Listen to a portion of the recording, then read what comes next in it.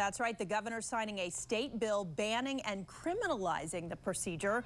Kay Ivey signing that measure that makes performing an abortion a felony, 10 to 99 years or life in prison. One distinction, and that's for doctors. Women seeking the procedure would not be punished. The bill also contains an exception for when the pregnancy creates a health risk for the woman. There is no exception in the case of rape or incest. Now, this has both sides gearing up for a legal fight of a generation.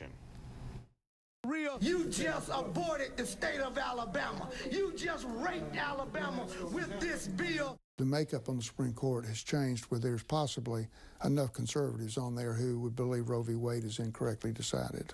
You know, there is no law in this country on the books that says what a man can or cannot do with his body. And I think all of our goal is to have Roe versus Wade turned over. So that is their goal, get to the Supreme Court with a 5-4 majority of conservatives. But of course, there's no guarantees. Here's how that happens. As lawsuits are filed in Alabama state courts, there are 3 levels before coming to D.C. Now, in federal court, the first suits are in district court. Then appeals would go to the 11th Circuit Court of Appeals, covering Alabama, Florida, and Georgia. A decision would only cover those 3 states before ever reaching the U.S. Supreme Court here in D.C. And by the way, this whole process could take months. That's conservative. It could take years. And one more note here that's interesting. Earlier this week, the U.S. Supreme Court overturned 40 years of precedent when it comes to where someone can sue a state. It was a 5-4 decision along expected lines. And Justice Stephen Breyer seemingly foreshadowed a Roe v. Wade fight in his dissent. He wrote this: "The decision can only cause one to wonder which cases the court will overrule next.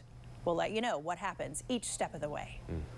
And new at 11 o'clock, as Arlington is preparing to rename Jefferson Davis Highway, other parts of Northern Virginia are seeking ways to erase Confederate and segregationist history markers. Jay Korf right now is along Byrd Highway in Ashburn with the story. And Jay, that's a road or name that's going to change as well.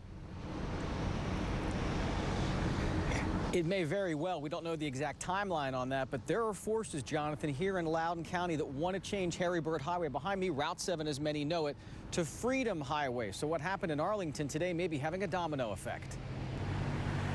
Fairfax County and Alexandria already removed Confederate President Jefferson Davis's name from Route 1, and Arlington County followed suit in April. Wednesday, the Commonwealth Transportation Board signed off on Arlington's request.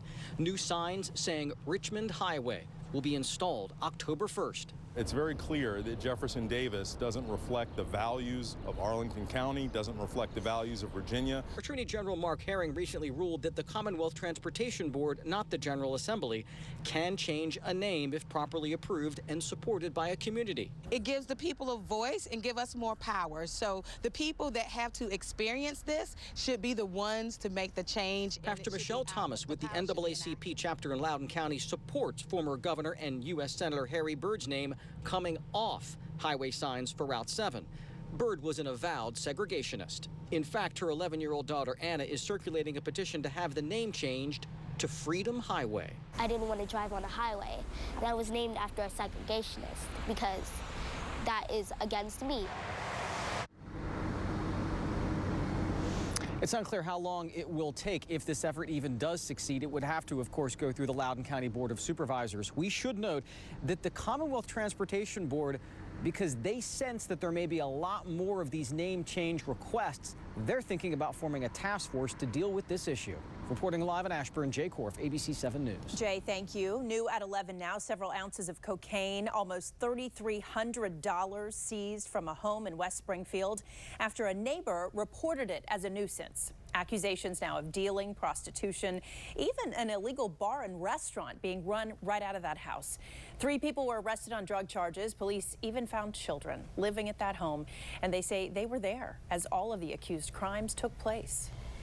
Well, 7 is on your side now with a health alert. The FDA must begin reviewing the health effects of e-cigarettes, ruling the Food and Drug Administration overstepped its authority by delaying its review of the vaping industry. Now, the ruling is coming just in the past few hours. The FDA was authorized to regulate e-cigs in 2016, but thousands of products hit the market without formal rules or even safety standards. Long-term effects are just not known. To Fairfax County now, and a shocking moment that was caught on video. Watch close.